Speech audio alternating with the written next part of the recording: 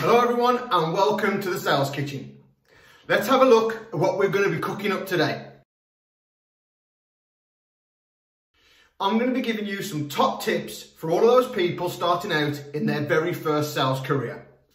I'm going to give you some questions to go away and think about to get you ready to absolutely maximise your potential with every single customer. So let's look at the first top tip.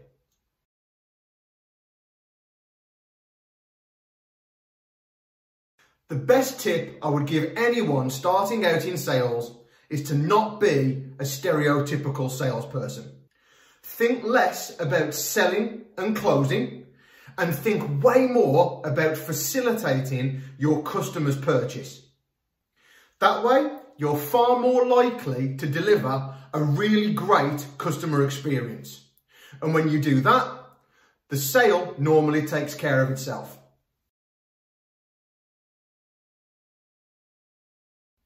Tip number 2, it's really important that you can communicate with your customers in their preferred method of communication. For some people, that will be visual, for others, auditory, and for some, kinesthetic. It's really important that you get a good grasp of these different methods of communication style, because you will be likely to communicate in your preferred style. And if you only communicate with customers in the style that you find comfortable, you may be missing out on some real good opportunities to build rapport and get across your message.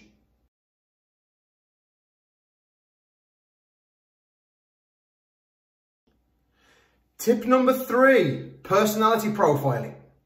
It's important to understand the personality of your ideal customer. Are they a driver? Are they analytical, expressive, or amiable? It's important to know this because your presentation style will normally be led by your own personality preference. But this may not work for everyone, so you need to be able to flex your style to meet every customer's needs. So go away, have a little look at those different personality types. Tip number 4, depending on your sales role, there are many different ways in which you can lead generate. You can send people a personal email. You can message them on social media. You could do a cold call to a prospect, telling them all about your business. But there needs to be a simple thread that weaves them all together. And that is that your communications need to be personal, they need to be engaging, and they need to add value. Focus on your ideal customer's pain points and how you can take them away. If you add value to your customers' lives within your communications, you're far more likely to stay top of mind for when they do want to do business, or you're likely to engage them now if it's the right time for them to reach out and become a prospect, not just a lead. Top tip number 5, discovery, rapport, and qualification, in that order. When you're first approached by a lead or a prospect, because they are different, or if you are the person who approaches them, you should enter into a discovery phase. They need to discover more about you, and you need to discover more about the customer. What was it that made them interested in your product or services? Where did they hear about you? What is it that's really important to them and what goals are they looking to achieve?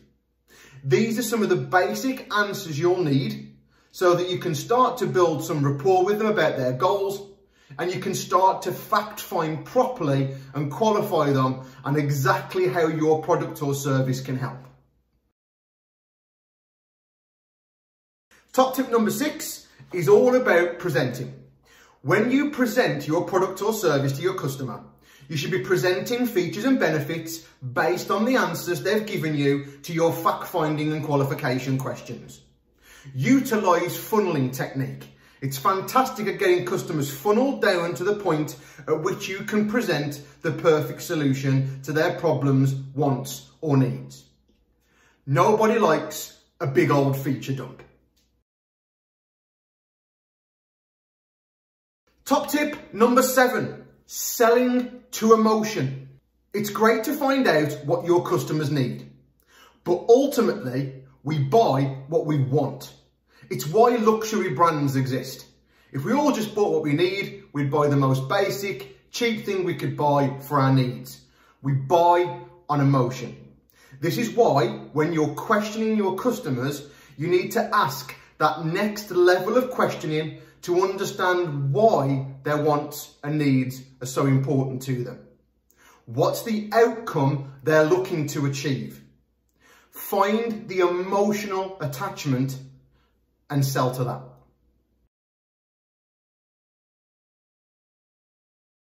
Tip number 8, disturbance technique and solution selling. These two things can be used for most customers you will come into contact with. Customers need to understand the consequence of inaction. If they don't take your product or service, what could be the possible consequence? And then you can disturb them around that. Not scare them, just disturb. It's also good to understand the customer's pain points and the goal or outcome they're looking to achieve. You can then sell them the journey to that outcome and the solution on how to get there. That's the key to solution selling. Also find your customers' problems that they can't solve and solve them with your product or service. Tip number 9, consider your sales process and where it will take place. Depending on your job and what you sell, all of your sales process might be online, over the phone, or face-to-face. You really need to take into consideration how that will impact on each and every element of your sales process. Where possible, the quote should always be given face-to-face. That way, you can judge a customer's reaction, answer any questions that they have there and then, and handle any objections. Normally, we get a far more honest and direct answer face-to-face than we would do over the phone or over an email. And finally, tip number 10, follow up. Sometimes you're going to need to follow your customers up. A lead may not want to work with you immediately. A customer may not want to buy from you now. They may want to go away and think about it. So when do you follow up? Here's something to think about. How important are you and your product or service to your customer? That will determine how quickly they will want to make a decision on utilising you or not. Also think about how important is the person you're dealing with. Are they the decision maker, an influencer, a gatekeeper, more than one of the above? That will also impact on how quickly a decision is able to be made. Don't jump the gun and chase your customers down too quickly. You could jeopardise the whole sale. So those have been my top 10 tips. In the rest of this series, we will go through a lot of those tips in far more detail. So give this video a like, subscribe to the Sales Kitchen channel, and keep your eyes peeled for the next video in our Sales Kitchen series. I look forward to speaking to you soon.